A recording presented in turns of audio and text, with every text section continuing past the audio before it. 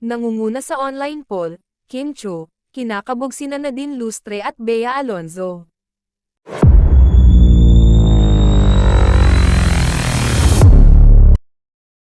Nagsimula na ang online poll para sa Outstanding Asian Star ng Seoul International Drama Awards 2024.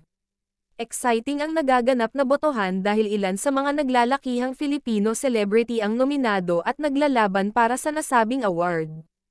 Habang sinusulat ito, nangunguna sa nagaganap na online poll si Kim Chiu ng teleseryeng Linlang, na may 54.78% o higit sa kalahati ng lahat ng boto. Pumangalawa ang award-winning actress na si Nadine Lustre na may 20.38% ng kabuoang boto. Nominado siya para sa thriller series ng Prime Video na Road Killers. Ang lakas talaga ng Kim Pao Love Team dahil nasa ikatlong pwesto ang ka-love team ni Kim sa Linlang, na si Paulo Avellino na may 12.37% votes.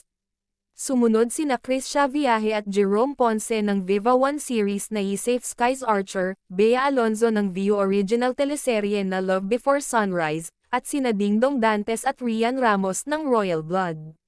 Malaki pa ang chance na mabago ang ranking kaya ngayon pa lang ay mega effort na sa pagboto ang mga fan, ha?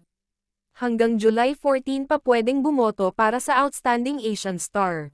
Mag-download lamang ng Idol Champ app para makaboto. Sa September 25 naman magaganap ang awarding ceremony na dadaluhan ng mga naglalakihang Asian stars.